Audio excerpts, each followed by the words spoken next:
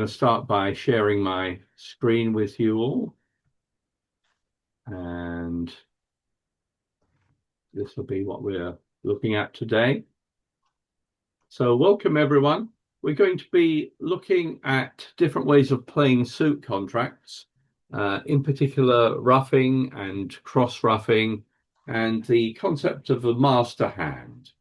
So let's have a look at a few examples involving this. And let's start with this hand here. And let's have a look at the bidding here. Nor your partner here opened a diamond. You responded a spade. They rebid 2 diamonds, and you rebid 2 hearts. That's a forcing bid, that 2-heart bid, a new suit by responder. Your partner supports hearts, and you go to 4 hearts. And the opponents here lead the 4 of clubs. And down comes dummy, and I'd like you to have a little think about how you're going to play this hand. And you can see there's a possibility of roughing spades, and there's a possibility of roughing diamonds here. And in a situation like that, it's sometimes a good idea, as well as trying to count your losers, to count your winners.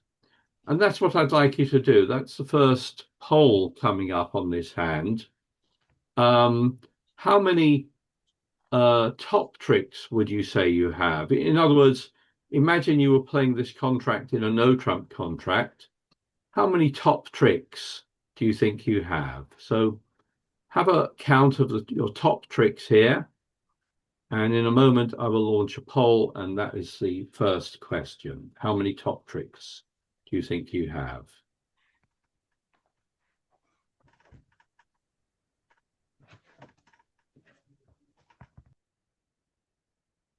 Have a look at the results. And as I've said before, one of these days, there's going to be a poll where everyone gets the right answer. And that almost happened here. You've nearly all said 9, but one person said 11. And yes, I agree. There are 9 top tricks here. There's 1 spade, 4 hearts, 2 diamonds, and 2 clubs. And indeed, if you're playing in a no trump contract, that might be all you make on this hand, or you may make more. But playing in a suit contract, there's great possibilities to make more tricks here. And in fact, this is a perfect hand for cross-ruffing. You've got, what makes it good for cross-ruffing is that you have reasonably high trumps in both hands, the king, queen, 9 in dummy and the ace, jack, 10 in your own hand. And you have shortages in both hands in spades and diamonds. And you don't have many other tricks to take. So this is the kind of hand where most people, I find, play it very well instinctively just by cross-ruffing. So you might win the first trick with the ace of clubs, and you might start cross-ruffing right away, perhaps playing the ace of spades, and then roughing a spade, and then maybe playing the ace of diamonds, and then the king of diamonds, on which you can discard a club loser there, and then maybe play a low diamond and rough that low. You're starting off roughing with your low trumps, and then at the end, as here, you'll be left with just high trumps in each hand, and you can't be over-ruffed. The other thing you should do when you're going to cross-ruff completely and never draw trumps is you should cash any side winners. So if you haven't done it earlier, you should cash the ace of clubs here. Otherwise, the opponents may discard clubs and you might not be able to cash it. Once you've done that, now you're in great shape, and you can rough your spade, rough your diamond, rough your spade, and rough your last diamond. Then rough one more spade, and you've got the ace of trump. And played that way, you can actually make all 13 tricks. Basically, what you did was, instead of just making 4 trump tricks by drawing trumps, you took all your trumps separately as individual roughs, and you got a total of 8 trumps altogether to go with your other top tricks, and that brought the total to 13. In fact, the best lead on this hand, if I click on the double dummy solver, is actually a trump, the best lead, which will hold declarer to 2 over tricks. Whereas if I lead anything else, declarer can make 3 over tricks. In other words, all 13 tricks there. So that hand is suitable for a cross ruff, a complete cross ruff, never drawing trumps. And we're going to look at some other hands here. Let's look at this one where you open a club. There's a 1 spade overcall, and north your partner doubles. That is a negative double, and it should show the 2 unbid suits, diamonds and hearts. And in particular, it should definitely promise 4 cards in any unbid major. So it's as though your partner had bid a heart there, and you can support hearts here. And although you've only got 14 points in high cards, you've got good shape, and you make a raise to 3 hearts, and you end up in 4 hearts. And the opponents here lead the ace of spades, and down comes dummy. And again, you need to make a plan here. And the hand looks a little bit like the last one in the sense that you've got 2 singletons there. But I'd like you to try and work out how are you actually going to play this hand. What's the best approach? And I'm going to give you a choice of cross-ruffing here, as you did before, ruffing spades and diamonds. Or should you just aim to ruff spades in dummy? Or should you just aim to ruff diamonds in your hand? Or should you just draw trumps? So that's the subject for the second question. How are you going to play this hand? I'll give you a moment longer to think about it. What's the best way to make the most tricks on this hand?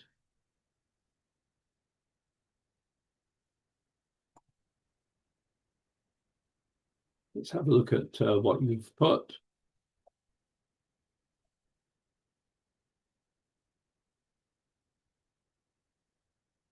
And the most popular response here is to draw trumps, followed by cross-ruffing, followed by ruffing spades, followed by ruffing diamonds.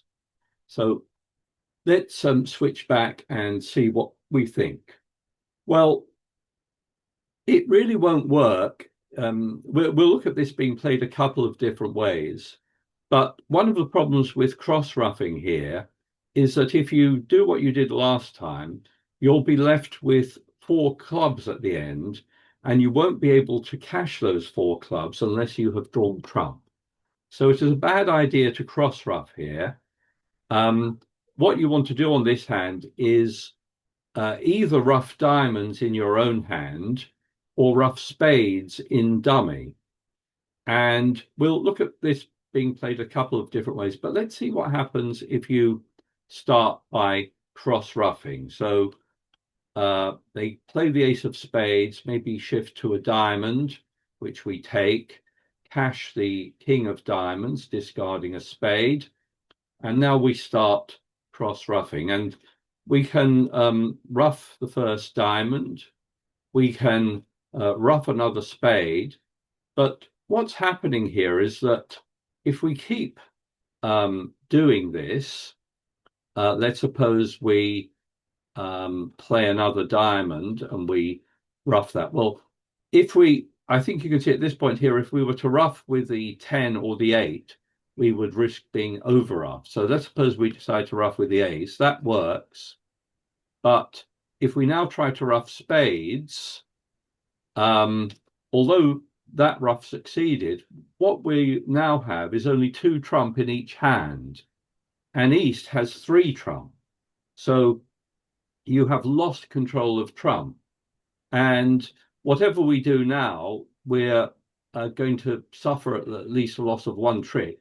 Let's suppose we decide to try to draw trump to cash our clubs at this point. We can do that, but because we haven't drawn trumps, that will get ruffed at some point. And if West ruffs that and then maybe leads a spade, although we can ruff that, we are going to struggle now, because if we draw trump, we decide now to switch to drawing trumps, we can do that, but there's still a trump out, and of course we'll lose that last trick. We'll make 10 tricks that way if we try to cross rough. Let's look at this play being played a different way, and the least popular answer was to rough diamonds in your hand, but I believe that that is the best approach. If you think about it, if we want to rough diamonds in our hand, let's look at it from the point of view of the north hand. That's called sort of making north the master hand. We'll use the south hand for roughing diamonds, and we'll use primarily the trumps in the north hand for drawing trumps. And if you try and work it out that way, we can see we've got one spade to lose, but we hopefully won't lose any hearts, and we won't lose any clubs because we've got 4 top clubs. So the only loser apart from the first spade is 2 diamonds. So my plan on this hand is going to be to try to rough diamonds in the south hand. And to me, that seems a lot easier than trying to rough spades in the north hand. I mean, one reason for that is that if you think about the bidding, especially with West having overcalled a spade, it means that East is probably short in spades. So if we do start to rough spades in the north hand with the low trump, that might well get over roughed. Whereas I think roughing 2 diamonds is pretty safe unless there's some terrible distribution. So I think the best approach on this hand is to rough diamonds in your own hand and then draw trumps, not to cross rough, but just to aim to get rid of those 2 diamond losers by roughing. So let's see how that goes. We'll lose the first trick, of course. Let's suppose they shift to a diamond and we win the first diamond with the ace. And now, before we draw trumps, we need to focus on roughing the diamond. So we'll lead a diamond. We'll rough that first one. Now what? Well, we want to get back to dummy so that we can rough another diamond, and we can do that quite safely with a trump. We only need one more rough here to avoid all the diamond losers. So we'll play another diamond, we'll rough that, and barring some horrible distribution, we've now eliminated our losers. And now what we want to do is draw trump. So we'll draw a second round of trump. We still have a trump we want to get rid of. The trump's divided 3-2. So we need to get to the north hand. That's a little tricky, but we can get there with a spade rough. So we're not here roughing with a 9 in order to make an extra trick there, but it's just so that we can now draw that last trump. And once all the trumps are gone, you can see we'll make the remaining tricks, the king of diamonds and all the clubs. So played that way, we can make 12 tricks there with sort of fairly normal distribution. And I think once you see it, roughing diamonds is a little easier than roughing spades. You might be lucky, you might be able to rough the spades instead, but you don't really want to rough both. What you want to do is retain as many trumps as you can in one hand so that you can draw trumps, and that hand is called a master hand. Incidentally, it is... Tony. Yes, hello. Sorry, Deborah. Hi, Deborah. You've led with the ace of spades, but they may follow up with the king of spades, which means you have to trump on the table. Yes, that's right. So if they carried on with the king of spades, you would rough. I don't. So well, you that may cuts down your trumps on the table. Well, it does. And it may work out. I'm just switching to the double dummy solver. It says, yeah, obviously you can still make 12 tricks here. And you're sort of somewhat fortunate in the sense that if you do rough spades here, it happens on this particular layout that Easter's got no high spade. So you know, your if you do try to ruff, that may work out. So it does depend partly on the defense here. But given a choice, it seems easier to me to rough the diamonds and less likely that you'd suffer an over rough. I think on this layout it probably would work out okay to rough a spade. You know, we can replay this. Maybe come to dummy with a club, and then we could rough a spade. And I think we're going to be all right, even though West will discard something. So now we're in reasonable shape because we've got the ace and king of diamonds, and we'll be able to discard on the we'll be able to discard a spade. So we don't need to do any more roughing, and I think this will now work. Now if we just plan to draw trumps at this point, having roughed two spades, I think it should all work. Let's try it. I think it's all going to be okay. And now there's just one trump out, so we're sort of a little lucky in the clubs that we can get there without suffering a rough. And now we can just draw the last trump, and we'll make 12 tricks as well. So yes, you're right. That worked out. That worked out as well. So on this hand, either approach worked. To me, and it does depend partly how the opponents defend, it seemed easier to rough the diamonds. If you do decide to rough the diamonds, it's a good idea to only cash one diamond. So in other words, if they play a diamond here and we win that, there's a temptation here to cash the king of diamonds and then start roughing, but you are more likely to suffer an over rough if you do that. So if I make the slight mistake of playing the king of diamonds and then another diamond, which I can rough, I now do what I did before, get to the north hand and play another diamond. You can see here that if I made the mistake of roughing with a 10, it could be over roughed with the jack. And if that happens, then I have a bit of a problem. If they now play a heart, I can win that in dummy, but I now have slight difficulty in drawing the last two trumps. So if I play win that one with the ace, now there's still a trump out, and it's hard to draw it because you don't have entries to the north hand. So in fact, it's impossible to draw it. So you will suffer another rough at some point here. So that's but yes, very often you do have a choice, and you can sort of play whichever you think seems the better option. Let's have a look at another one. This was the one I sent out at the weekend, where north your partner has opened a heart, you respond a spade, your partner jumps to 3 spades, and you're more than a minimum, so you bid 4 no trump. They bid 5 spades here. Here you're playing Roman key card Blackwood, and 5 spades shows 2 key cards and the queen of spades, the queen of trump. So you happily go to 6 spades here. And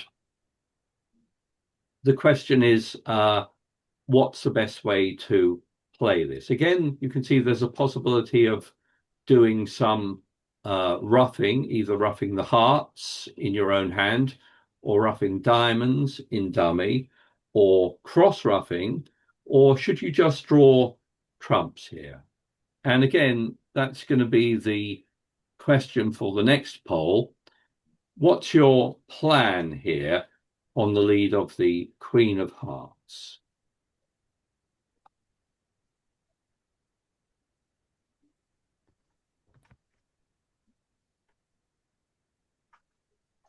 You're going to rough diamonds in dummy, rough hearts in your hand. You're going to cross rough.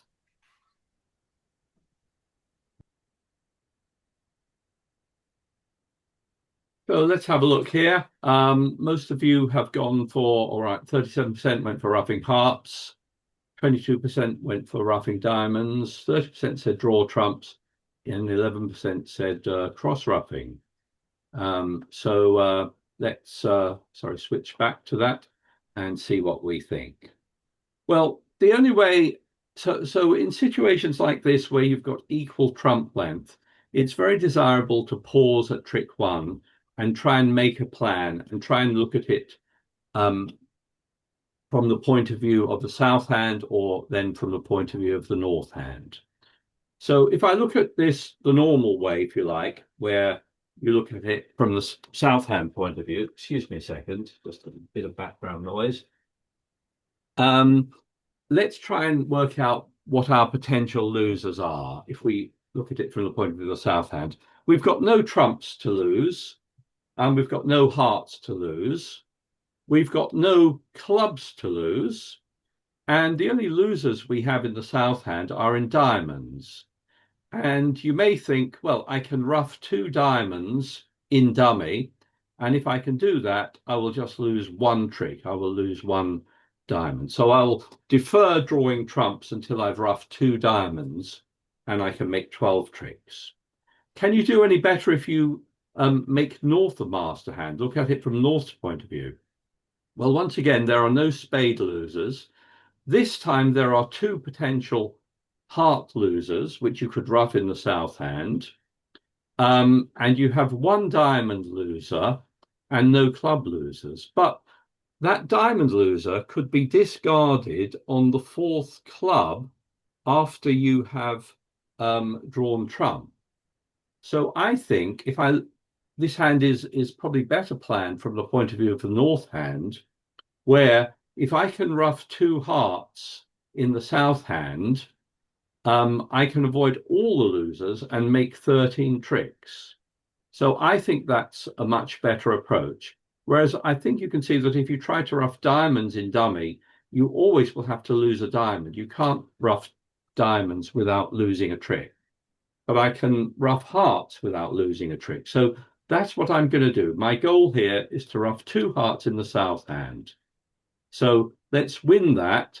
And the best approach here is to play the heart right away before you've drawn trump.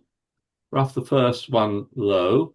Then I can afford, because I only need to do 1 more rough, I can afford to get back to the north hand and rough that last heart. And when that succeeds, I'm now in good shape as long as the trumps don't divide badly, because I've now got rid of my 2 heart losers. Now I want to just draw trumps.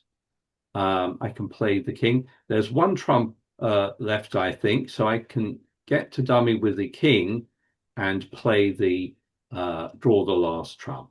And once the trumps are all gone, now I can cash the king of hearts and play 3 clubs, discarding the diamond, and played that way, I can indeed make all 13 tricks. So I don't need to lose any tricks there, as long as I decide to make north of master hand and rough 2 hearts in the south hand. And I hope you can see that if you were to start by drawing trumps here and drew 3 rounds of the opponent's trumps, you would only have 1 trump left in each of your north and south hand, and you'd only be able to have 1 rough. So roughing hearts here was the best solution. Do trump if you have any thoughts on that. So on a lot of these hands where especially you have equal length trump, it's well worth considering them played both ways, roughing in one hand or roughing in the other. And when you're choosing the master hand, it's normal to choose the hand with a longer trump suit, or if the trump lengths are equal, to choose the stronger hand. But it's often worth thinking about it because that's not always the case. Let's have a look at this hand here. This was a hand that was actually played, and let's see how it goes. I'll just talk briefly about the bidding. It goes one diamond, one spade by you, three spades, and south here you could go into Blackwood to check on aces, but the four club here bid is actually a Q bid. It's a good bid here because it shows first round control in clubs and invites your partner to show first round control of the suit you're worried about, which is hearts. And when they bid four hearts, you think that's great. They should be showing an ace or void. Four no trump, though, says that they didn't have any aces, so that four heart bid probably showed a void, and you're probably going to be in good shape in six spades here. When this hand was played, I think only one person bid a slam, but only one person made 12 tricks here. And I want you to think about how you're going to play this. And again, looking at it from both hands' points of view. So if I look at this hand from the south point of view, I can see I've got, well, I'm missing the ace of spades, so that's one loser there. But apart from that, I've got no diamond and no club losers. My only other losers are in hearts. And you might be thinking in terms of roughing hearts in dummy, although it's going to be a little tricky to rough all those hearts. You may succeed, but let's look at it instead from the point of view of the north hand, where if we think about the losers here, they are just the ace of spades, no heart losers, and no losers in the minors. So I think even though North has got shorter trump here, it's much easier to look at this hand from North's point of view. And can I say, what you can see is that if you just draw trumps, and the only loser would be the ace of spades. So that's going to be my planning process on this hand. Rather than roughing hearts, I'm not going to worry about roughing hearts. I'm just going to worry about drawing trumps and then cashing all my winners. So of course they've led a heart, so I have to rough that one, or I'll lose that trick. And now I'm just going to start drawing trumps. You just have to be a bit careful here. So we play one round of trump. So that's one round gone plus the rough. That's five gone, 6, 7, 8, 9, 10, 11. So there's still two trump out. So we need to continue to draw that. And if they don't take their ace at this point, this is the point where you have to be a bit careful because there's just one trump out and it's the ace. And the one thing you mustn't do is attempt to draw it. In fact, if I bring up the four hands, click on double dummy solver, it will tell you that if you make the mistake of drawing that last trump, you can go down 3, whereas on anything else, you will make all the rest of the tricks. So all you now are going to do is cash your winners here. Start with diamonds if you like. At some point, East can rough with that last high trump, but while you've still got the 9 of spades in dummy, you can prevent them cashing any more heart tricks. And after that, of course, you'll make the rest of the tricks. So this hand, I think, was quite easy to make if you think of looking as North as the master hand on this hand. Any comments or questions? If you start trying to rough hearts, it's a lot more problematic.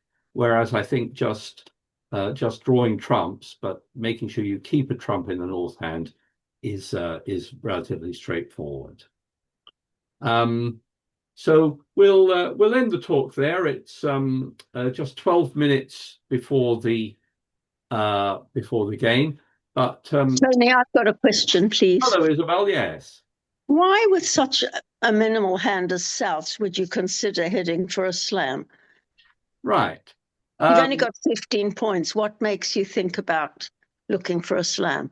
Well, your partner has supported spades. If your partner bids 3 spades, they're showing more than a minimum there. And again, Yeah. I know North is not that strong in terms of points either, but with the void and a spade fit, they're showing more than a minimum. Again, something like a medium hand.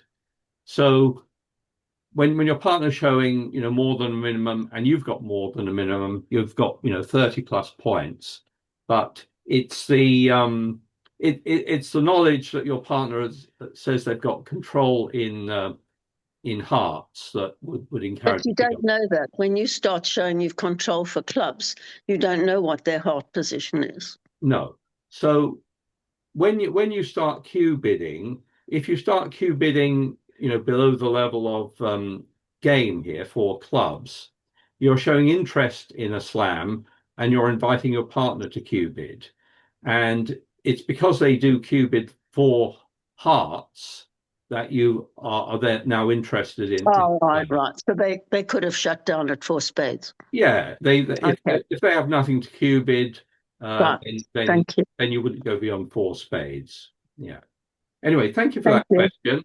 And we'll end the talk there. I hope you found that interesting, and we'll put that to good effect this evening. As I was saying, if you need a partner, just join the game and call me over, and I'll come and find a partner for you. So see you all online, I hope, and take care. See you on the game later on. Bye, everyone.